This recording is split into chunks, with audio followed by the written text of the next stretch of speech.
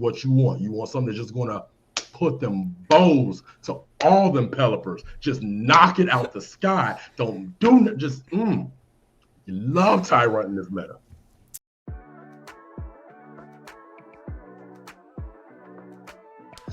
Welcome everybody to the Poke Battle Network. I am SosaFlow, and we are going to be going and breaking down this wonderful Arcana Cup that was just announced like 2 days ago.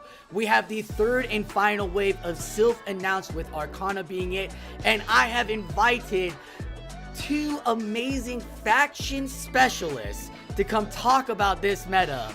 Because they have been a part of it for, the beginning of Season 2 Faction Cycle 3. Well, we're 6 weeks in now, so they've had some time to practice with it. Welcome to the Studio B, MJGettit and MagicMayson. MJ, how you doing today, sir? Man, I can't complain, won't do no good, but I'm here to discuss some factions, third and final wave of the season, so let's get to it.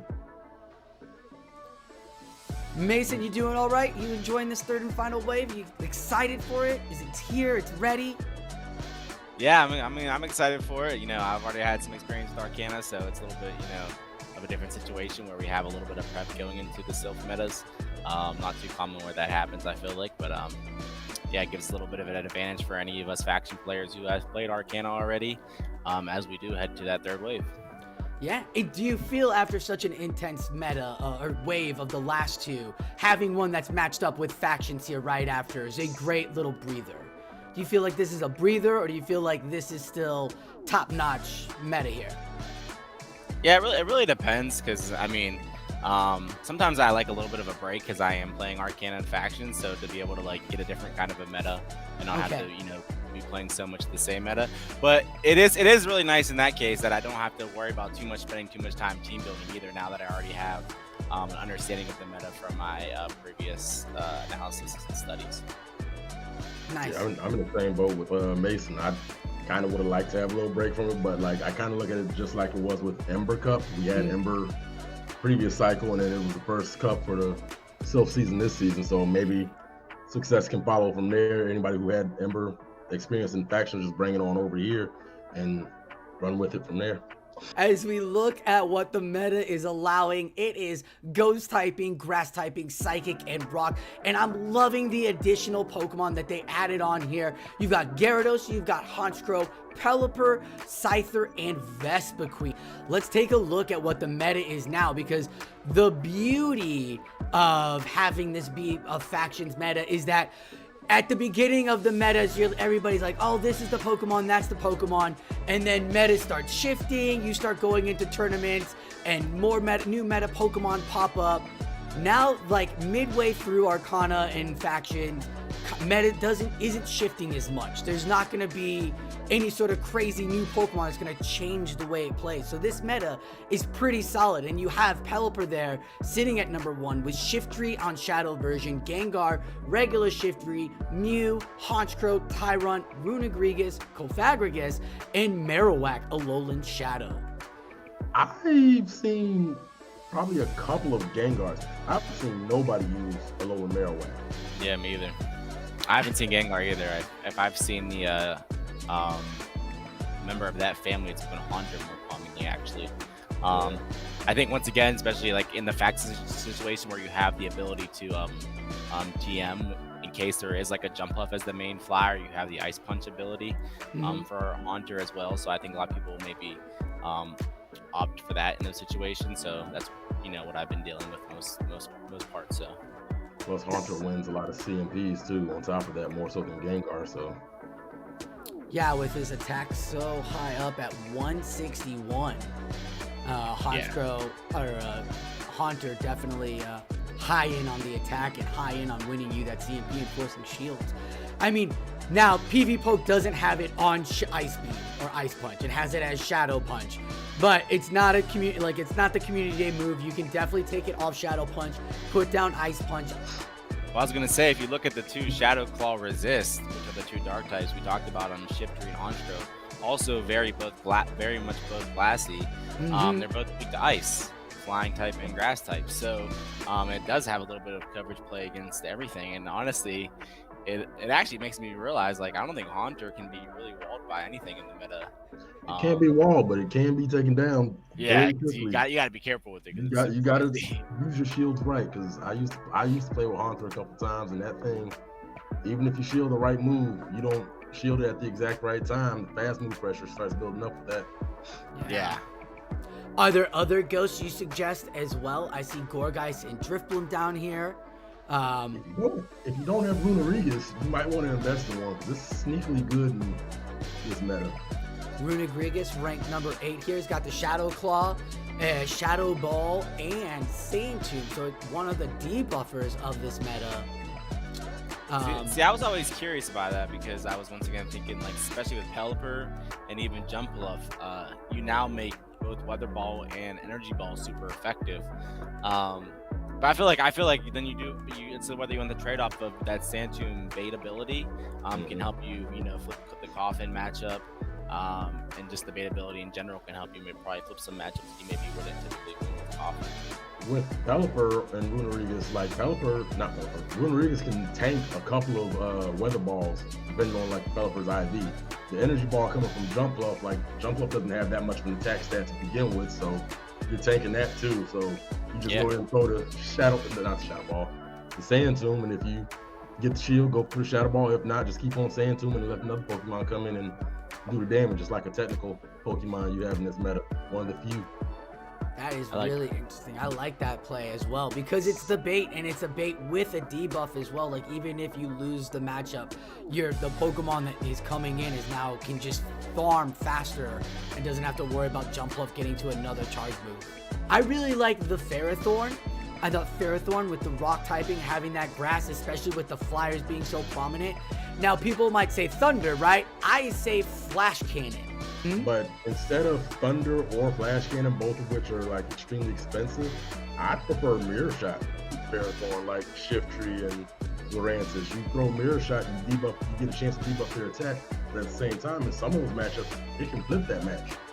A wonderful utility Pokemon there deep down here. Like, have you guys noticed that in Arcana you've been able to reach down and grab a Pokemon further down the way? I mean, I feel like looking it down even further in the 55 and 48 spot, we have the two psychic counter users. I mean, I think DD is a little bit more common generally. But I mean, they're both really tanky, and there are a lot of rock types in the meta, and they both have coverage move for flyers, so they both do pretty well. And I think Ferrothorn is somewhat of a pretty common pick, so Shiftry as well, weak to counter. The counter users are pretty strong, and like I said, they're XL Medi can take some hits for sure. So it's like hit out bulks a lot of things in the meta as well too. I'm actually kind of surprised that we're seeing, like, at least on the faction side of things, a lot of Aggron and Tyranitar play. Yeah. At least in the Platinum area, like seeing. I think I like the idea of Tyranitar in factions. I don't think it's gonna do you justice in the tournaments later down the line. Now, if you're in your local tournament and your players, like, you're going back to fight against like Buckeye Fitzy or something like that, and he's gonna bring whatever flyer, right? Not and you're like, you won't run Tyranitar, right? You won't do it because Buckeye will have whatever. But in a factions meta, Tyranitar, Aggron could do it, or it could be that spice, but don't expect it to carry your team. How intricate is the team building here? Was it easy to build a team? I don't know. I always feel like I'm trying to build a team. I'm like, I just need one more slot. I need one more just to be able to cover everything. And it's just like, because I want to use one of those dark types just so I do have like at least the ability to threaten the Shadow Claw users to like shut them down. Going into it, you think you're going to have like your 6 mapped out and maybe a 7th just in case you want to do an extra tournament and switch out something. But then once you get to like actually gameplay and all this, you're like, oh wait, no, maybe this ghost type isn't going to be good here, or maybe like these grasses are going to be way more effective than I thought because I didn't build my team to prepare for, say, Shiftry or a random Meganium out of nowhere just coming through Earthquake and everything. Are you ready to talk about our cores? So my first Pokemon is, as you heard me say, it is Pelipper. I went bold and hard. It is like They've said it, I'll say it, it absolutely is on everybody's team. This is the Pokemon. When the one shield, it wins 70% of the meta. Let's see, loses to just Rock, Steel, and Grass, and Mew with Wild Charge. But if Mew's not rocking Wild Charge, then you kind of have some good fair play against that Mew. But it beats Grass, Ghost, Ground, Psychic, Swoobat, Bronzong, Hypno, Latios. The list goes on and on. This spammy Pokemon puts so much pressure down, and we've known about this Pokemon now since Season 3 of GBL and are terrified of it. We know what to expect. Weather Ball Water itself puts still that hard pressure on the hard rock counters. That's why there's not so many rock typings up at the top there, because this Weather Ball just still puts that pressure down. The Hurricane is a nuke move. It just wipes out almost everything. This Pokemon is a beast of a move, and after the wing attack, you should have one built. Like, after it got that wing attack, you should have a Pelipper built. 100% a switcher and charge user. That was my last note. I love this note. And what it means by that, like on PVPoke, it'll say like it's 100% a charge mover or 100% a switcher. Absolutely charge user. I would have seen it as a lead in this meta. People have actually played this Pelipper playstyle as Frostlass a lot, where they'll build up a lot of energy, save it up, bank it in the back, and then 2-shield the Frostlass later, bringing in whatever generalist they want against your team. So Pelipper has been really well played throughout this meta, and it is absolutely a core one. So I mean, it's dangerous, like as like MJ and you have alluded to. But you also have the opportunity to use it yourself. So if you can make plays, you know, I like using it personally. I've used Pelipper a lot in my old days in GBL lines, from back when it originally got Weather Ball before that was nerfed at one point. So now getting with the wing attack buff, it feels like it plays the same again, really, honestly, a little bit better. Getting the Hurricanes even a little bit faster. And it's just so dynamic. You have the baits in the certain situations where you need to get to the Hurricanes, or you have the ability just to spam those Weather Balls, and either strategy is often pretty good and gives you good matchups. I think one thing about Pelipper that people kind of forget is it's more tanky than you think it is. Like, you can take a couple of hits. Like, you don't have to exert all your shields except for probably against the electric type moves, but outside of those, and there's very few electric users in this meta. So like, Mason said it's a very dynamic Pokemon, but it's also, which, you know, kind of can go into some trauma, but I've used it in the past. I use it on some of my GBL teams as well. Like, it deserves the #1 ranking in Arcana on PVPoke. MJ, what is your core pick? Your first Well, you know how I just got done talking about this trauma that I have with Pelipper. Well, why not just have a Pokemon out there that can stop that thing in its tracks with, you know, Tyrunt, one of the few dragons in this meta. It's a fast move. Like, unless you're a steel type, you're not resisting. Like, there's very few Pokemon, if any, in this meta resisting its fast move and resisting Dragon Claw. And you throw an Ancient Power with the chance to boost up both its attack and defense by 2 stages. Like, it's another Pokemon that can potentially go wild if that boost happens. And even if that boost doesn't happen, just put in the lead, let it like chunk through some of the more frail Pokemon. We were talking about this earlier. Like, it can go through Shiftry and Haunter and Gengar. It does well against Pelipper because it basically makes Hurricane useless, and you have to go straight Weather Ball, and even then you need some energy advantage against it. Tyrunt's the reason why you might want to consider Gyarados as well. So this is kind of where I'm like, this is one of my core picks. You just need it to like chunk through things. You forget about your shields, like save your shields with this Pokemon. Just keep on chunking and just on whatever unsuspecting soul is about ready to come in and think is going to survive a Dragon Claw. I know Ancient Power is not a heavy hitter, but when you pair it with Dragon Tail, that right there could be dangerous, especially if it double boosts. Do you suggest PvP IVs? Just Tyrunt. Just Tyrunt. I could just go in with whatever IVs. Like, I mean, I wouldn't suggest going too far into the Excel part of it.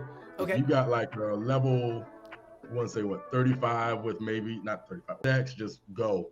Go with that. All you're doing is just dragon tailing, throw a dragon claw to take a shield. It too is a little more tanky than you believe it. Not too tanky, but can survive some hits. You just keep on chucking. Forget the shields. For all you charm lovers out there, I'm not one of them. Like, let me go ahead and clear that right now. Not one of them. I am. But for all you charm lovers out there, this is what you want. You want something that's just gonna put them bows to all them Pelippers. Just knock it out the sky. Don't do it. Just love Tyrunt in this meta. Your wonderful pick there in Tyrunt as that chomping prehistoric dragon. Dragon Rock or just pure dragon? Dragon Rock. Dragon Rock. Ooh, yeah, you really don't want to see counter at all, do you? That hurts like nobody's business. Yeah. But we're gonna get into Mason now. Mason, sir, do you have a core Pokemon? Yeah, so I think a little bit of typical pick that we've seen back in the day. Pretty good moveset. Flexible. We got the Mew. Pretty interesting Pokemon. I think you're calmly going to go for the Shadow Claw in this situation, as well as either maybe like a Surf or Dragon Claw as one of your bait moves, the cheaper energy moves. And then your nukes, but you have a couple ways to hit Pelipper. Currently, the set I picked doesn't actually have either electric types, but you can go anything crazy as such as Volt Switch to have super effective fast move pressure, or obviously that Wild Charge. I really like that. I think it was we mentioned with the Haunter and the Ice Punch is the ice coverage in this meta is pretty good against the grass, some of the flyers, especially like a Jump Fluff. You can pretty much one shot with Ice Beam. And Surf is just such a good move. It's really a 1.63 DPE, one of the best 40 energy moves. We've seen Lantern get Surf recently, and it became so much better. So Surf is really just a good move to have, and it really helps with like those different rocks, such as Pressel, even Tyrunt. I know obviously Dragon Claw would be better for the super effective dragon damage, but I feel like that's the only thing in this meta that like Dragon Claw would be good, like for outside of Surf. Outside of it's a little bit cheaper for baits. So if you are going to be going for the bait strategy, Ice Beam is definitely a little bit interesting. But I mean, that's one of the best things about Mew. If you are in like a faction setting, you really can tailor your move set to your opponent's team. Obviously in Sylph, it's a little bit more difficult, but you know, you have those Shadow Claws as well, and it helps actually as a psychic type, be able to even beat some of the ghosts in certain situations, certain shielding situations. I know if you play out like the 2s eventually, you're going to win CMPs and pace your moves faster. You can even beat like a Coffin, which you would think a ghost with Shadow Claw, stab Shadow Claws, losing to a psychic type with Shadow Claws. It's pretty interesting that can happen sometimes. So Mew's a little beast there. Yeah, Mew's like a lot of people call it the Swiss Army knife with the sets, and even in a Sylph meta where you're stuck with the moveset, you know, sometimes your opponent's not going to know your moveset. So if you have something a little bit spicy off of the meta, you know, people expecting the Wild Charge Surf, they have a grass type, they might, you know, like the Shifter, they might not shield a move.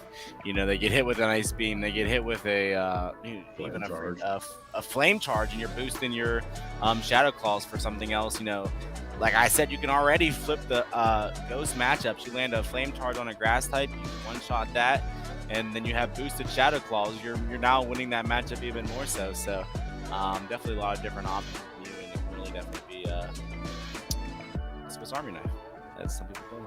I would say if you don't want to use the Wild Charge on it, like how PVPoke recommends, you could go Grass Knot. Like it does basically the same thing, probably like 5 more energy, but without the recoil damage. Ended with you. Let's start with you, sir, and get your second core pick. All right, so my second core pick is going to be, I think someone mentioned in the chat, it's going to be the Malamar. I think it's a very interesting pick, and just because of its coverage in this cup with the rock types, I know Ferrothorn's pretty good.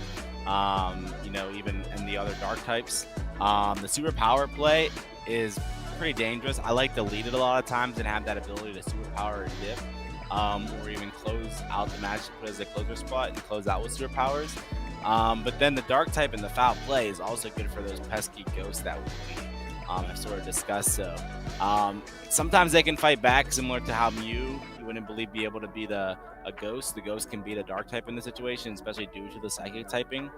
But yeah, those foul plays and making the shadow claws neutral, it's a very interesting pick, and it's like the only dark type that I've like sort of discussed that has a little bit of tankiness to it in the meta. Both Honchkrow and Shiftry are literally made of glass, so this is a dark type that actually gives you a little bit of tankiness to it. It allows a little bit more flexibility, and once again, like not a lot of things that are weak to superpower, even though it's non-stab like a Beware one, it still hits very hard, so you usually get a shield early in a lot of those matchups, and you can always end up clearing that debuff and using that Malamar later on. I've used Malamar, and like I do like the idea of a superpower and dip. I'm more so, like I said earlier, I think that's the dark type Frost last. Just if it gets energy, try to like maintain that advantage, keep it going, because nothing really wants to take a foul play. Nothing in this meta wants to take a superpower. Like, I think the one thing that holds it back though is the fact that like all three of those moves, the ghost, like it kind of makes it more favorable for the ghost to come in on it. Like, yeah, Haunter and Gengar don't want to take a Cycle Cut or a foul play, but it's still getting the staff's Shadow Punches off, and it's doing a lot of damage to it. The superpower is pretty much useless there. Mew can flip that matchup real easily, and then like save a shield, like maybe come in if my lead goes down and get some energy, then switch on out and save it for the end game. Nice. We'll get to Mr. MJGettit then. What is your second core Pokemon that every battler should have on their team, or should look into the build? Well, you should definitely look into this one, because Arcana has grass types, and you've heard us talk a lot about Shiftry, and we brought up Ferrothorn and Lorantis, and all of those are pretty good and definitely should be worth considering. But there's a Pokemon that has the Pokédex number 3, and it has a community move of Frenzy Plant. It's not the only Frenzy Plant user in the cup, but it's the best Frenzy Plant user. And that, of course, is Venusaur. And with Venusaur, you first look at it and you go, okay, well, there's Pelipper up there with Wing Attack. There's the Malamar with Cycle Cut. Tyrunt is a Dragon type. It's going to resist all the grass type. Well, it's going to help neutralize the grass type moves. Mew can run many movesets. You got Shiftry and Gengar and like all these different Pokemon that resist it. Why would you want to run Venusaur? Because of Frenzy Plant. Like we just got done saying that not too many Pokemon want to take a superpower, not too many cup that does not care if it takes a Frenzy Plant. It's Bronzong. Everybody else does not want it. Hold up, Bronzong's in this meta? Yeah. It's the only one that doesn't want to, like even Ferrothorn. Ferrothorn needs Mirror Shot in order to beat Venusaur. Venusaur can beat all the grasses since Abomaslow's not in here. Mm-hmm. It does lose the Jump Bluff, but even then Jump Bluff doesn't want to take the Sludge Bomb. Yeah. And Fairy Winds aren't like hitting as hard as say a Flying type move would.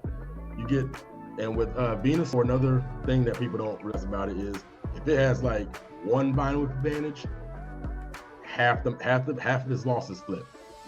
Yeah. It's a true Vine Whip advantage. Oh my God, you're in business. Just like keep on going. It's a lot of what's the word? Momentum. A lot of momentum with this Pokemon, and a lot of like core breaking going on with Venusaur.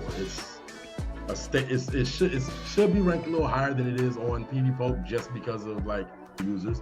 The counter users may still beat it, but again, you don't want to take a Frenzy Plant, and its moves are relatively cheap because it has Vine Whip.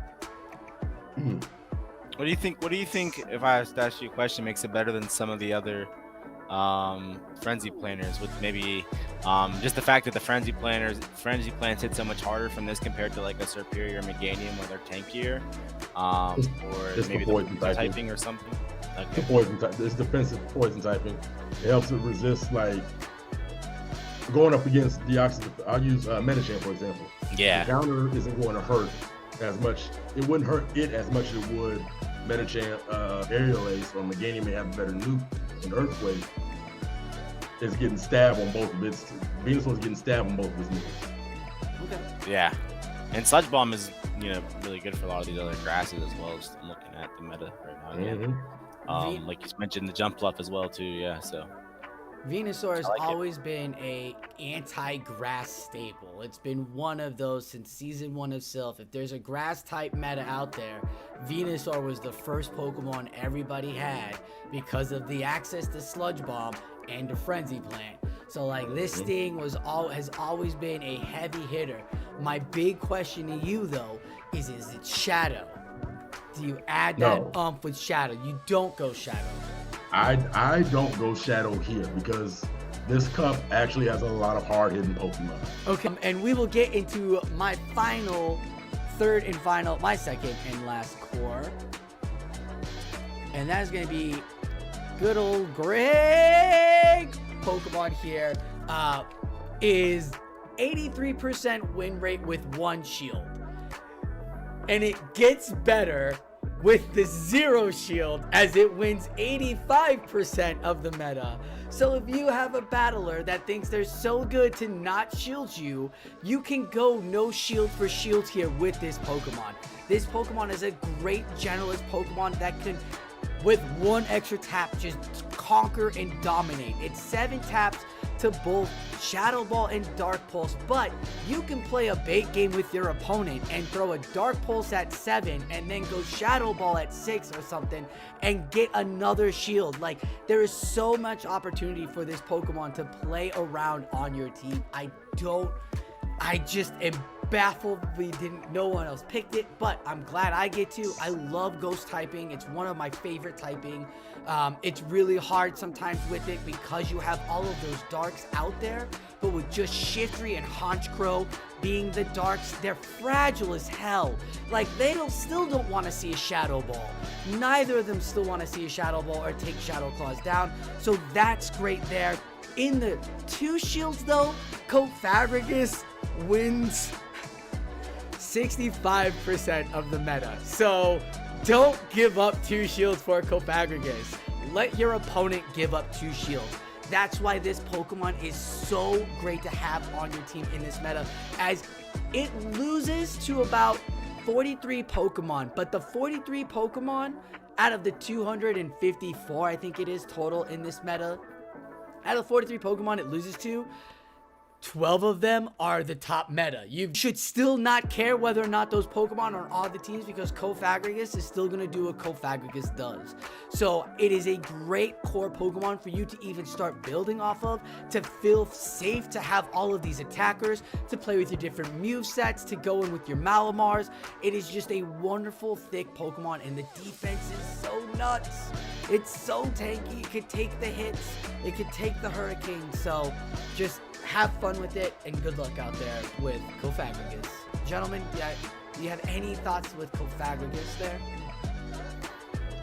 I mean, I think you said it. I don't know if MJ was similar to me. I didn't pick it as like one of my little cores, or because I think it's a guarantee to be on a team. So I'm not even like, it's like one of the best picks, or if not the best pick, I think, as you mentioned, especially in the 1s and 2s.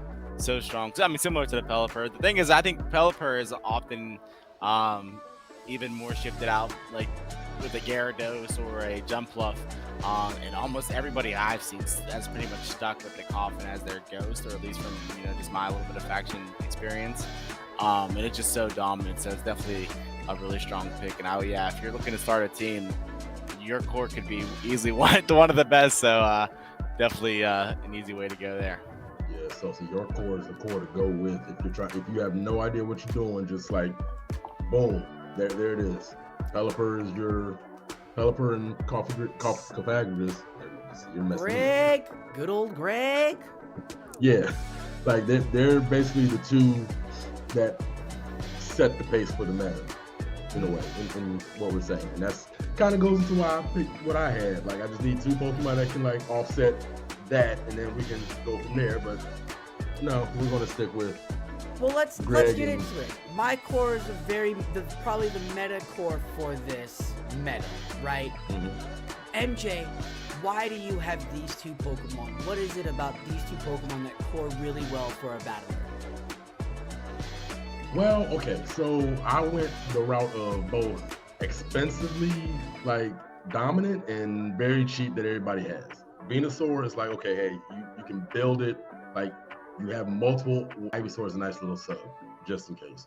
But like Venusaur and Tyrunt both together, they both can kind of handle Mew. Like they serve each other so well, and I think because what I've been seeing in factions, you're not seeing too many counter use. Like you're seeing the real like holes ever seen Bronzong, and I think maybe an opposing Tyrunt are like the ones off the top of my head that can like hurt my core. But I basically like it to where you use Tyrunt to like chunk away, make your opponent think like, okay, I don't need all my shields. Then once you've taken out that Pokemon, Tyrunt unloads all this energy, and you bring in Venusaur to come in, and it's like, okay, now you're wishing you should have saved those shields, or like do it vice versa. Venusaur takes the shields, and then Tyrunt comes in and be like, oh well, you ain't got no shields. Take all these Dragon Tails to the face. Yeah, so honestly, when I first picked my Pokemon, I was really thinking I just wanted to talk about the Malamar, just because I feel like it was a little bit of an underrated pick. I know you and MJ both sort of said you don't really see yourself using Malamar, but it's like outside of, like, I think I mentioned the Pelipper and Jumpluff, which even aren't, you know, sort of the worst losses, it really can't hit everything in this meta, so it's really like good for as like a flexible pick, and a little bit of a safe pick generally. And really Mew is a similar style play. Obviously, once again, like I said, in the factions, you have the flexibility of the movesets.